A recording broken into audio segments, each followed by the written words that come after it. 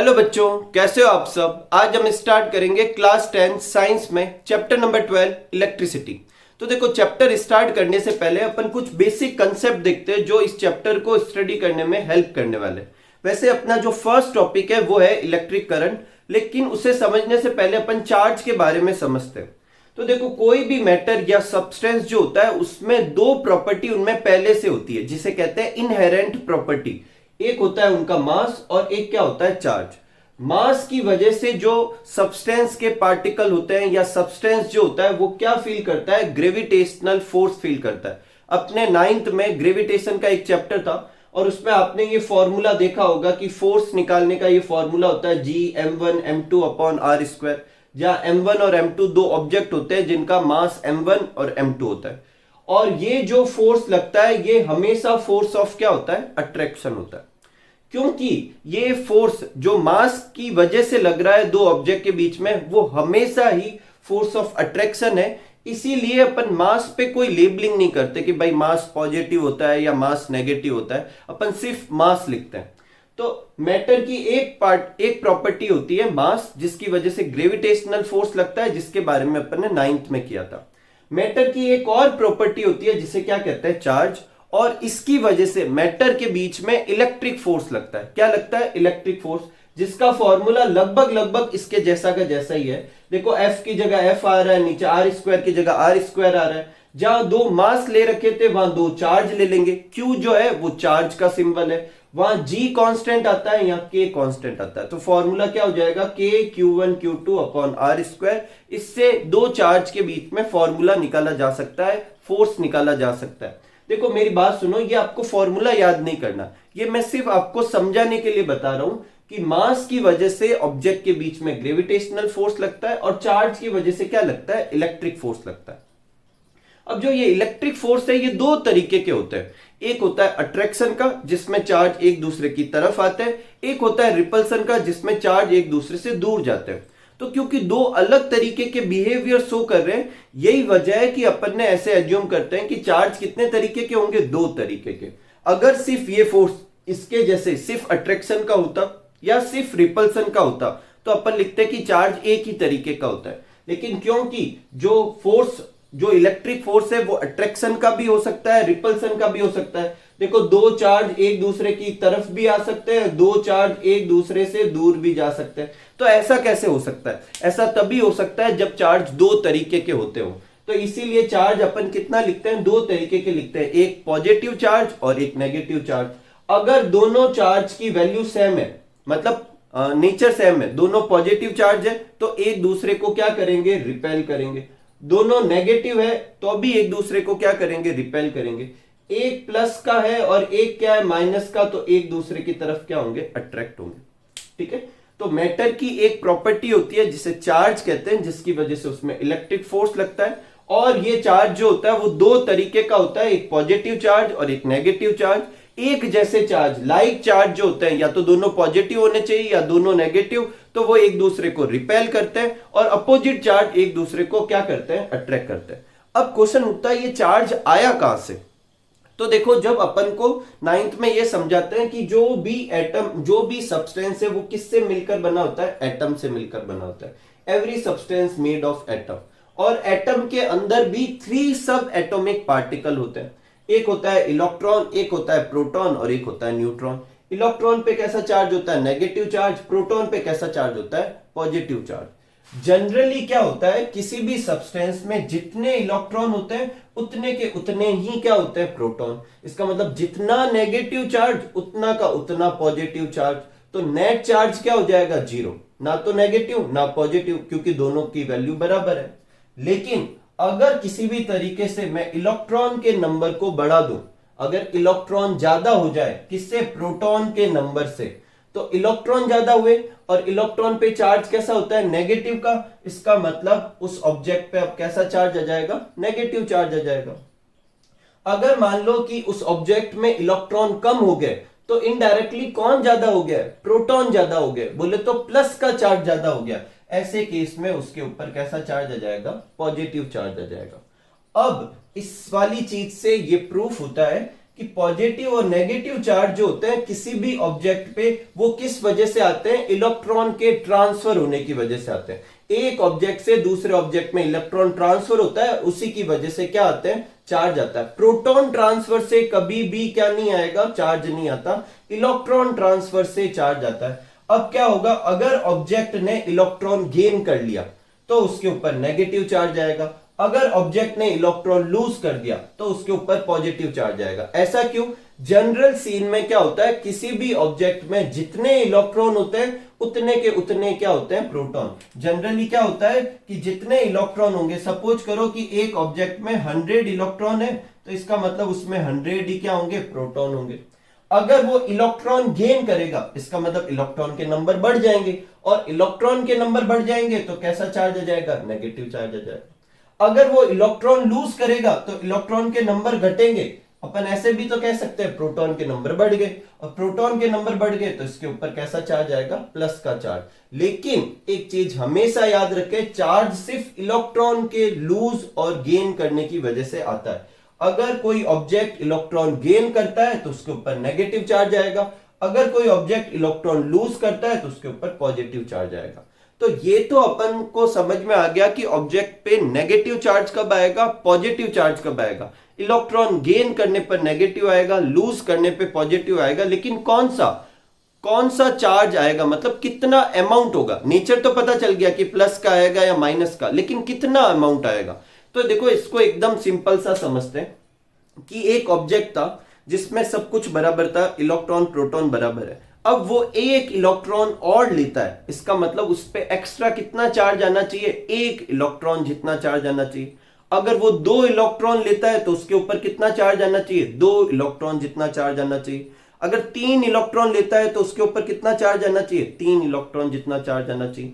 अगर वो n electron लेता है तो उसके ऊपर कितना चार्ज आना चाहिए? n चार्ज आना चाहिए। तो यहां से अपना एक फॉर्मूला आता है Q इक्वल टू NE, जहां Q है टोटल चार्ज, किसी भी ऑब्जेक्ट पे टोटल चार्ज कितना है। N क्या है? नंबर ऑफ इलेक्ट्रॉन गेन और लूज। N वो नंबर है किसके? इलेक्ट्रॉन के, जो अपन को क्वेश्चन में प्रोवाइड किए जाएंगे कि भाई इतने इलेक्ट्रॉन लूज किए हैं या इतने इलेक्ट्रॉन गेन किए हैं। और E क्या है? Charge on electron. E क्या है? इलेक्ट्रॉन पे कितना चार्ज है, और उसकी वैल्यू अपन को लर्न करनी पड़ेगी।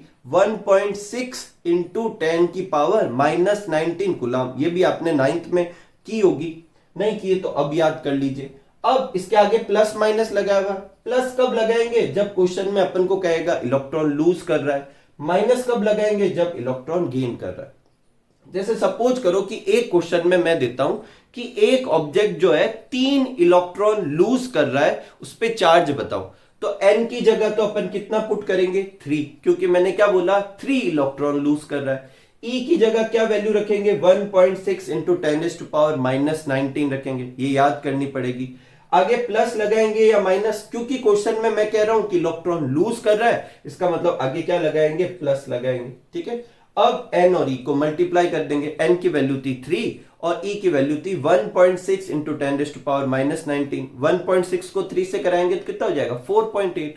तो प्लस का 4.8 इंटू 10⁻⁻19 कूलम। तो इस तरीके से किसी भी ऑब्जेक्ट पे टोटल चार्ज अपन को निकालना हो तो अपन निकाल सकते हैं। उसके लिए अपन को एक इंफॉर्मेशन पता होनी चाहिए कि उस ऑब्जेक्ट ने इलेक्ट्रॉन लूज किए या गेन किए और कितने। जितने किए वो n की जगह पुट कर देंगे, e की वैल्यू तो अपन को पता है। अगर लूज करेगा तो आगे प्लस लगा देंगे, गेन करेगा तो आगे माइनस। ठीक है। तो ये सारे अपने कंसेप्ट है जो अपन को समझना है। अगर आप यहां तक का पूरा नोट करते हैं तो बहुत बढ़िया बात है, और अगर आप ये सब नहीं नोट करना चाहे तो ये इतना सा समरी है इसकी, वो जरूर नोट कर ले। ठीक है। और ये आपको लर्न करना है, ये अपने समझने के लिए था। तो एक बार वापस रिवाइज करते हैं। चार्ज क्या होता है? चार्ज किसी भी मैटर या सब्सटेंस की वो प्रॉपर्टी होती है जिसकी वजह से इलेक्ट्रिक फोर्स लगता है मैटर के बीच में। वैसे चार्ज को डिफाइन करने की कोई नीड नहीं है। ठीक है। इसको सिर्फ समझना है अपन को। सिंबल क्या होता है? कैपिटल Q भी लिख सकते हैं, स्मॉल q भी लिख सकते हैं। Q से अपन को इसको डिनोट करना है। यूनिट क्या होती है? कूलम। और इसे कैपिटल सी से भी डिनोट कर सकते हैं। देखो यूनिट क्या होती है, जब भी अपन कोई फिजिकल क्वांटिटी लिखते हैं तो एक तो उसकी लिखते हैं वैल्यू और एक उसके पीछे लगाते हैं यूनिट। जैसे कि अगर मैं बोलूं कि यहां से किसी एक सर्टेन प्लेस की डिस्टेंस कितनी है, तो अगर मैं कहता हूं 100 तो पीछे मैं ऐसे लगाऊंगा किलोमीटर, तो किलोमीटर तो क्या हुई, यूनिट हुई, और 100 क्या हुआ, वैल्यू हुआ, मैग्नीट्यूड हुआ उसका। वैसे कि वैसे जब चार्ज की वैल्यू अपन को बताएंगे तो उसके पीछे यूनिट क्या लगाएंगे, उसके पीछे अपन क्या लगाएंगे, कूलाम लगाएंगे। जैसे देखो यहाँ इलेक्ट्रॉन का चार्ज था तो 1.6 इंटू 10 की पावर -19, ये तो वैल्यू थी। यूनिट क्या लगेगी, देखो पीछे क्या लिखा हुआ है, सी। तो जब भी चार्ज की वैल्यू लिखेंगे तो पीछे यूनिट क्या लगाएंगे, सी लगाएंगे, और सी क्या होता है, कूलाम। ठीक है। स्मॉलेस्ट पॉसिबल चार्ज कितना होता है, तो देखो स्मॉलेस्ट चार्ज वो होगा जो कम से कम ट्रांसफर पे आया है। तो किसी भी ऑब्जेक्ट पे अपने चार्ज कब आता है, जब इलेक्ट्रॉन गेन और लूज किए जाएं। तो सबसे कम काम क्या किया जा सकता है कि एक इलेक्ट्रॉन गेन किया जाए या एक इलेक्ट्रॉन लूज किया जाए। तो सबसे स्मॉलेस्ट चार्ज जो होता है वो एक इलेक्ट्रॉन जितना होगा। कितना होगा, एक इलेक्ट्रॉन का जो चार्ज होगा वो ही स्मॉलेस्ट पॉसिबल चार्ज होगा, क्योंकि इससे छोटा चार्ज इधर उधर ट्रांसफर नहीं किया जा सकता, आधा इलेक्ट्रॉन ट्रांसफर नहीं होता। ठीक है। तो स्मॉलेस्ट चार्ज जो होता है वो कितना होगा, 1.6 इंटू 10⁻⁻19 कूलम, जो कि बेसिकली किसका चार्ज है, इलेक्ट्रॉन का। हाँ, ये प्लस का भी आ सकता है, माइनस का भी आ सकता है। ठीक है। अब अगर चार्ज किसी और ऑब्जेक्ट पे निकालने तो कैसे निकालेंगे, पहली बात तो चार्ज किसकी वजह से आएंगे, इलेक्ट्रॉन के ट्रांसफर की वजह से। अगर गेन करेंगे तो नेगेटिव आएगा। क्यों आएगा, क्योंकि इस केस में इलेक्ट्रॉन के नंबर प्रोटॉन के नंबर से क्या हो जाएंगे, ज्यादा हो जाएंगे। और अगर लूज करेगा तो पॉजिटिव चार्ज आएगा। क्यों, क्योंकि इस केस में इलेक्ट्रॉन के नंबर कम हो गए, इनडायरेक्टली अपन कहे तो प्रोटॉन के नंबर क्या हो गए, ज्यादा हो गए। और किस फॉर्मूले से अपन टोटल चार्ज निकाल सकते हैं, इस फॉर्मूले से, Q equal to plus minus n. N की जगह क्या पुट करना है, जितने नंबर ऑफ इलेक्ट्रॉन गेन या लूज किए जाए। ई की जगह इलेक्ट्रॉन का चार्ज पुट करना है, Q की जगह टोटल चार्ज जो है वो निकालना है अपन को। ठीक है। कभी कभी ऐसा होगा कि n गिवन होगा, Q निकालना होगा। कभी कभी उल्टा भी हो सकता है, Q गिवन हो और n निकालना हो, ऐसे भी कह सकते हैं। ऐसा ही एक क्वेश्चन अपनी बुक में दे रखा है। क्या दे रखा है कि find the number of electron in 1 coulomb charge. एक कूलम चार्ज में अपन को क्या निकालने हैं, नंबर ऑफ इलेक्ट्रॉन निकालने। तो देखो अपन को क्या फाइंड करना है, n फाइंड करना है। और क्या दे रखा है, Q दे रखा है। कितना दे रखा है, 1 कूलम चार्ज। तो कौन से फॉर्मूले में Q और n दोनों आ रहे, इस वाले फॉर्मूले में। तो क्या लगाएंगे, Q इक्वल टू एन। आगे प्लस लगाएं या माइनस, क्योंकि क्वेश्चन में कुछ इंफॉर्मेशन दे ही नहीं रखी कि इलेक्ट्रॉन लूज कर रहा है या गेन, तो अपन रहने देते हैं। Q की जगह कितना पुट कर देंगे, 1 की, n की जगह n, और E की जगह कितना पुट कर देंगे, 1.6 इंटू 10 की पावर -19 कूलम। कोई तकलीफ नहीं। अपन को n निकालना है तो इसको इधर ट्रांसफर कर देंगे, तो 1 अपॉन 1.6 इंटू 10 की पावर -19। ठीक है। ये इसको ऊपर ट्रांसफर कर देंगे तो n इक्वल टू कितना जाएगा, 1 इंटू 10 की पावर प्लस का 19। ठीक है। और नीचे कितना जाएगा, 1.6। ठीक है। इसको पॉइंट हटाएंगे तो ऊपर कितना जाएगा, 10। 10 को 16 से डिवाइड करोगे तुम तो आंसर आ जाएगा 0.625। ठीक है। वो डिवाइड करके चेक करना आ रहा है कि नहीं आ रहा। और 10 की पावर कितनी रहेगी, 19 की 19।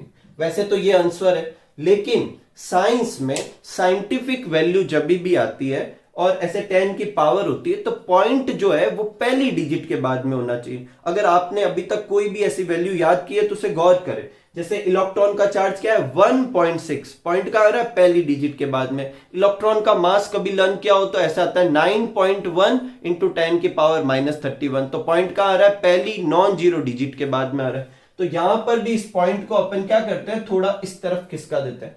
अगर पॉइंट को उस तरफ खिसकाते हैं तो जो 10 की पावर होती है उसमें से वैल्यू घटा देनी है। कितनी घटानी है, जितने प्लेस उधर करें। अगर अपन 2 प्लेस उधर करेंगे तो अपन को 10 की पावर में से 2 घटा देना है, और अगर इस तरफ करें तो अपन को 10 की पावर क्या कर देनी है, बढ़ा देनी। तो देखो मैं इस पॉइंट को एक डिजिट आगे शिफ्ट करना चाहता हूं, उस तरफ करना चाहता हूं।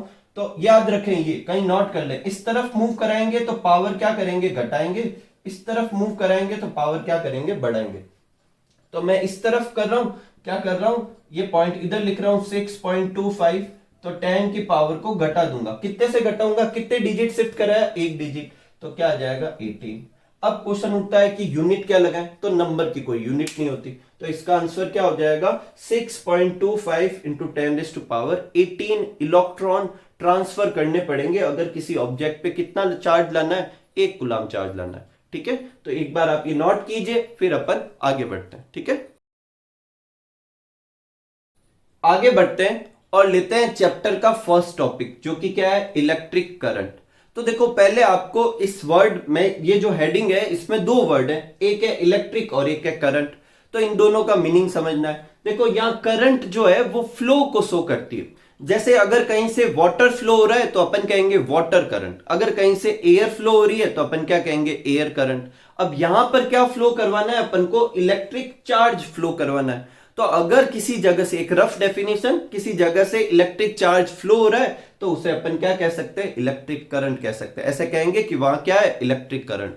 तो इलेक्ट्रिक करंट क्या होता है, the amount of charge flow through a particular area. एक पर्टिकुलर गिवन एरिया, मान लो कि ये एक क्रॉस सेक्शन एरिया दे दिया, इसमें से कितना चार्ज यहां से पास हो रहा है, किसमें, एक यूनिट टाइम में, उसको अपन क्या कहेंगे, electric current. The amount of charge flowing through a particular area in unit time is known as electric charge. इसका फॉर्मूला क्या होगा, तो फॉर्मूला देखो, कौन पास हो रहा है, चार्ज पास हो रहा है, तो ऊपर तो रखेंगे वो अमाउंट ऑफ चार्ज जो फ्लो हो रहा है, और नीचे रखेंगे वो टाइम जिसमें ये चार्ज क्या हो रहा है, पास हो रहा है। तो आई क्या है, इलेक्ट्रिक करंट को डिनोट करने का सिंबल। मतलब इलेक्ट्रिक करंट ना लिखकर अगर अपन आई लिखेंगे तो उसको अपन क्या समझेंगे, करंट ही समझेंगे। जैसे चार्ज का सिंबल क्या था, क्यू, वैसे ही इलेक्ट्रिक करंट का सिंबल क्या हो जाएगा, आई। और इस करंट का फॉर्मूला क्या हो जाएगा, चार्ज अपॉन टाइम। क्या फॉर्मूला हो जाएगा, चार्ज अपॉन टाइम, क्योंकि चार्ज को क्यू से डिनोट करते हैं, टाइम को टी से। तो इलेक्ट्रिक करंट का फॉर्मूला क्या हो जाएगा, क्यू बाई टी। तो एकदम सिंपल सा है, किसी एक गिवन एरिया से, क्रॉस सेक्शन एरिया से कितना चार्ज पास हो रहा है एक यूनिट टाइम में, उसे अपन क्या कहेंगे, इलेक्ट्रिक करंट कहेंगे। Rate of flow of charge भी लिखवाते हैं, वो भी सही है। ठीक है, अब बात करते हैं यूनिट की। तो देखो यूनिट कैसे निकालेंगे, इस पूरे चैप्टर में अगर किसी चीज का मुझे फॉर्मूला पता है तो मैं उसकी यूनिट खुद निकाल सकता हूं। कैसे, जैसे करंट का फॉर्मूला क्या है, क्यू अपॉन टी, तो मुझे क्यू की यूनिट पुट कर देनी है और टी की यूनिट पुट कर देनी है। क्यू की यूनिट क्या होती है, कूलम, और टाइम की यूनिट क्या होती है, सेकंड। तो करंट की यूनिट क्या आ जाएगी, कूलम अपॉन सेकंड। क्या आ जाएगी, कूलम अपॉन सेकंड। और इस कूलम अपॉन सेकंड को अपन एम्पियर भी लिख सकते हैं। क्या लिख सकते हैं, एम्पियर। और इस एम्पियर को लिखने के लिए खाली कैपिटल ए भी लिखा जा सकता है। तो अगर मुझे पूछे, ध्यान से सुनना, कि चार्ज की डेफिनेशन, सॉरी इलेक्ट्रिक करंट की डेफिनेशन क्या है, तो डेफिनेशन लिखूंगा, the amount of charge flowing through a particular area in unit time is known as electric current. अगर मुझे पूछे कि ये इलेक्ट्रिक करंट का सिंबल क्या है, तो इलेक्ट्रिक करंट का सिंबल होगा आई। अगर मुझे पूछा जाए इलेक्ट्रिक करंट का फॉर्मूला क्या होता है, तो क्या होता है, क्यू बाई टी, जहां क्यू क्या है, चार्ज, और टी क्या है, टाइम। अगर मुझे पूछा जाए इलेक्ट्रिक करंट की यूनिट क्या होती है, तो यूनिट क्या होगी, कूलम अपॉन सेकंड, या फिर इसे एम्पियर भी कह सकते हैं, या फिर इसे ए से भी रिप्रेजेंट कर सकते हैं। एक और मेरा सजेशन है, अगर आपको कभी भी ऐसे आए कि डिफाइन इलेक्ट्रिक करंट, तो आप डेफिनेशन, फॉर्मूला और यूनिट तीनों जरूर लिखें, कोई तकलीफ नहीं। अब देखो आगे लेते हैं, जब अपन इस चैप्टर में आगे बढ़ेंगे और सर्किट का डायग्राम बनाएंगे तो करंट की डायरेक्शन शो करेंगे। तो करंट की डायरेक्शन क्या शो करेंगे, तो देखो ये मान लो एक सर्किट था, ठीक है, और इस सर्किट में एक तरफ प्लस का टर्मिनल लगा देता हूं, बैटरी लगाएंगे, एक तरफ माइनस का टर्मिनल लगा देंगे, और यहां पर मैं एक प्लस का चार्ज पुट करूं, तो बताओ वो प्लस का चार्ज किस तरफ जाएगा, तो देखो प्लस से तो रिपेल होगा, माइनस की तरफ जाएगा। इसका मतलब चार्ज कहां से जाएगा, प्लस से माइनस की तरफ। तो जो इलेक्ट्रिक करंट की जो डायरेक्शन है वो क्या मानी गई, पॉजिटिव से नेगेटिव टर्मिनल मानी गई। लेकिन जब इलेक्ट्रिक करंट डिस्कवर्ड हुई थी, मतलब इलेक्ट्रिक करंट को यूटिलाइज करने लग गए, उस समय इलेक्ट्रॉन के बारे में नहीं बताया। अपनी बुक में साफ लिखा हुआ है कि जिस समय इलेक्ट्रिक करंट के बारे में पता चला, उस समय ये नहीं पता था इलेक्ट्रॉन के बारे में। तो साइंटिस्ट ने या फिर उस समय के लोगों ने ये सोचा होगा कि जो चार्ज फ्लो हो रहा है, यहाँ पे क्या लिखा हुआ है, the amount of charge flow, तो उन्होंने सोचा जो चार्ज फ्लो हो रहा है वो कैसा चार्ज होगा, पॉजिटिव चार्ज। तो उन्होंने डायरेक्शन किससे हिसाब से मानी, पॉजिटिव चार्ज के हिसाब से। लेकिन बाद में पता चला कि भाई कंडक्टर में तो इलेक्ट्रॉन फ्लो होता है, और इलेक्ट्रॉन, सोचो यहां पर अगर इलेक्ट्रॉन होता है तो इलेक्ट्रॉन पे तो माइनस चार्ज होता है, और वो किससे किस तरफ जाएगा, माइनस से रिपेल होगा, प्लस की तरफ जाएगा। इसका मतलब इलेक्ट्रॉन जो होता है वो नेगेटिव टर्मिनल से पॉजिटिव टर्मिनल की तरफ चलता है। लेकिन करंट की डायरेक्शन अपन क्या मानेंगे, क्योंकि पहले मान चुके हैं इसलिए अभी भी अपन वही यूटिलाइज करेंगे। करंट अपन कहां से कहां की तरफ मानेंगे, प्लस से माइनस की तरफ।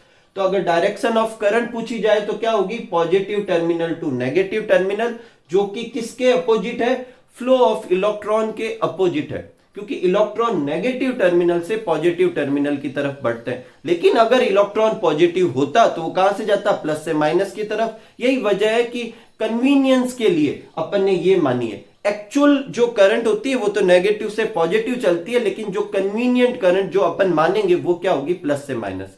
इन शॉर्ट, अगर अपन को पूछे कि इलेक्ट्रिक करंट की डायरेक्शन क्या है, तो पॉजिटिव टर्मिनल से नेगेटिव टर्मिनल, जो कि इलेक्ट्रॉन के फ्लो करने की डायरेक्शन के अपोजिट है। कोई तकलीफ नहीं। अब लेते हैं क्वेश्चन, न्यूमेरिकल लेते हैं। तो देखो क्या दे रखा है, अ करंट ऑफ 0.5 एम्पियर। एक 0.5 एम्पियर की करंट क्या हो रही है, एक फिलामेंट से पास हो रही है। तो जो दे रखा है उसे आप सबसे पहले नोट कर लें। करंट कितनी दे रखी है, 0.5 एम्पियर। ठीक है, अगर आपको क्वेश्चन से पता ना चले तो आप यूनिट वैल्यू के पीछे देखो क्या लगा हुआ है, ए किसकी यूनिट होती है, करंट की, तो ये करंट दे रखी है। An electric bulb for 10 minute, और टाइम कितना दे रखा है, 10 मिनट। टी कितना दे रखा है, 10 मिनट दे रखा है। लेकिन टाइम की स्टैंडर्ड यूनिट जो होती है वो सेकंड होती है, मिनट नहीं होती। तो इस मिनट को किस में कन्वर्ट करेंगे, अपन सेकंड में कन्वर्ट करेंगे। एक मिनट में कितने सेकंड होते हैं, 60। तो 10 मिनट में कितने होंगे, तो 10 को किससे मल्टीप्लाई करा देंगे, 60 से करा देंगे, तो कितना जाएगा, 600 सेकंड आ जाएगा। क्या आ जाएगा, 600 सेकंड। आई पता चल गया मुझे, टी पता चल गया। अब ये क्वेश्चन में कह रहा है कि चार्ज बताओ, तो क्या फाइंड करने को कह रहा है, क्यू फाइंड करने को कह रहा है। तो देखो क्यू फाइंड करने के दो तरीके अभी तक अपन ने सीखे। एक क्यू अपन एन से भी निकाल सकते हैं, एन और ई से, लेकिन उसके लिए मुझे नंबर ऑफ इलेक्ट्रॉन मालूम होना चाहिए, वो इस क्वेश्चन में दे नहीं रखा। और एक तरीका है कि ये क्यू इस फॉर्मूले में भी आ रहा है, तो इससे निकालेंगे। तो देखो आई इक्वल टू क्या है, Q upon T. I equal to क्या है, क्यू अपॉन टी। तो क्यू इक्वल टू क्या हो जाएगा, आई इंटू टी। क्या हो जाएगा, आई इंटू टी। आई की वैल्यू कितनी है, 0.5, और टी की वैल्यू कितनी है, 600। तो इन दोनों को क्या करेंगे, मल्टीप्लाई करेंगे, तो आंसर कितना आ जाएगा, 300। चार्ज कितना आ गया, 300। वैल्यू के पीछे यूनिट जरूर लगाएं, क्या यूनिट होगी, कुलाम। क्या होगी, कुलाम, क्योंकि चार्ज की यूनिट क्या होती है, कुलाम। तो कितना चार्ज आया, 300 कुलाम चार्ज आ गया। कोई तकलीफ नहीं। अब देखो एक क्वेश्चन दे रखा है अपनी बुक में, जहां चैप्टर स्टार्ट होता है उसके नेक्स्ट पेज पे, कि डिफाइन यूनिट ऑफ करंट। क्या दे रखा है कि करंट की यूनिट को डिफाइन करो। बेसिकली एम्पियर को डिफाइन करने को कह रहा है। इस क्वेश्चन को ऐसे भी दे सकते हैं कि डिफाइन 1 एम्पियर, कि 1 एम्पियर क्या होता है। तो देखो एकदम सिंपल सा है। इस चैप्टर में ये क्वेश्चन भी बार बार आएगा। कभी अपन को कहेंगे 1 एम्पियर डिफाइन करो, कभी कहेंगे 1 वोल्ट डिफाइन करो, कभी कहेंगे 1 ओम डिफाइन करो। तो देखो कैसे डिफाइन करेंगे, एकदम सिंपल सा है। देखो इसका एम्पियर किसका जो होता है, यूनिट होता है, करंट का होता है। तो करंट का फॉर्मूला क्या है, क्यू अपॉन टी। उस फॉर्मूले में जो चीजें हैं सबको 1 मान लो। तो देखो अगर मैं चार्ज 1 कूलम लूं और टाइम 1 सेकंड लूं, तो करंट कितनी आएगी, 1 एम्पियर। तो 1 एम्पियर कौन सी करंट है, जिस समय 1 कूलम का चार्ज किसी एरिया से 1 सेकंड में पास होता है। हो गया डिफाइन। तो क्या लिखेंगे, if 1 coulomb charge flow through a particular area in 1 second, किसी भी पर्टिकुलर एरिया से 1 सेकेंड में 1 कूलम का चार्ज पास हो, तो वहां करंट कितनी होगी, 1 एम्पियर होगी। ये डिफाइन हो गया, कोई तकलीफ नहीं। नेक्स्ट अपन लेते हैं। देखो जहां चैप्टर अपने स्टार्ट होता है उसी पेज पे अपन को इलेक्ट्रिक सर्किट की डेफिनेशन भी दे रखी है। तो अपन देखते हैं कि क्या होता है। तो देखो इलेक्ट्रिक सर्किट क्या होगा, एक continuous close path of electric current. देखो कंटिन्यूअस और क्लोज पाथ मतलब बीच में टूटा नहीं होना चाहिए, क्लोज मतलब कहीं से ओपन नहीं होना चाहिए। जैसे मान लो अगर मैं ये मान लेता हूं, एक मैंने सेल ले लिया, क्या ले लिया, सेल, और यहां पर एक मैंने बल्ब ले लिया, और मैंने इस बल्ब को वायर से इससे कनेक्ट कर दिया, एक तरफ पॉजिटिव टर्मिनल से, एक तरफ नेगेटिव टर्मिनल से। तो ये देखो कैसा पाथ बन गया है, क्लोज पाथ बन गया है, कंटिन्यूअस है, कहीं पे ब्रेक नहीं है। ये यहां से बल्ब में, बल्ब से इसमें, तो अब ये इसमें करंट पास होगी, पॉजिटिव टर्मिनल से करंट होते हुए कहां तक जाएगी, नेगेटिव करंट, नेगेटिव टर्मिनल तक, और इसमें चार्ज फ्लो हो रहा है, और चार्ज फ्लो हो रहा है, इसका मतलब ये कंटिन्यूअस पाथ है। ऐसे कंटिन्यूअस क्लोज पाथ को अपन क्या कहेंगे, इलेक्ट्रिक सर्किट। तो a continuous and close path of an electric current, उसे अपन क्या कहते हैं, इलेक्ट्रिक सर्किट कहते हैं। अब इलेक्ट्रिक सर्किट के अंदर क्या क्या हो सकता है, तो हमेशा एक सोर्स तो होना चाहिए। सोर्स बोले तो जहां से करंट प्रोड्यूस करेंगे, तो वो सोर्स या तो सेल हो सकता है या क्या हो सकती है, बैटरी हो सकती है। अब सेल और बैटरी में क्या फर्क है, सिंपल सा है, कॉम्बिनेशन ऑफ सेल को अपन क्या कहते हैं, बैटरी कहते हैं, एकदम सिंपल सा, ठीक है।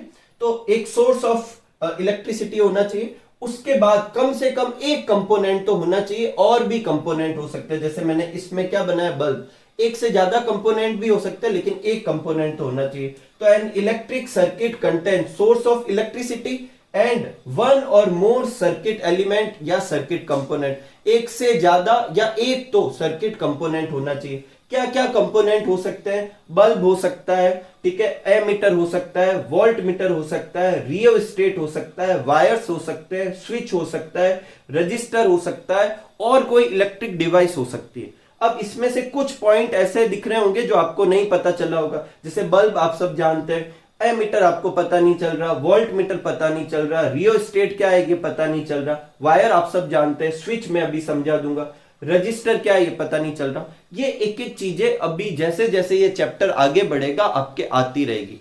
एमीटर मैं आज ही के वीडियो में अभी बता दूंगा, और स्विच जो है मैं अभी बता रहा हूं कि स्विच क्या होता है, ठीक है। और ये बाकी की भी चीजें लोड ना ले, जैसे जैसे चैप्टर आगे बढ़ेगा वहां पर आपको समझ में आता रहेगा कि ये चीजें क्या है। तो एक इलेक्ट्रिक सर्किट जब अपन बनाते हैं तो उसमें एक तो सोर्स होना चाहिए, सोर्स आप सेल भी यूज कर सकते हैं, बैटरी भी यूज कर सकते हैं, उसके अलावा इन सब में से कोई एक कंपोनेंट या एक से ज्यादा कंपोनेंट होने चाहिए, ठीक है।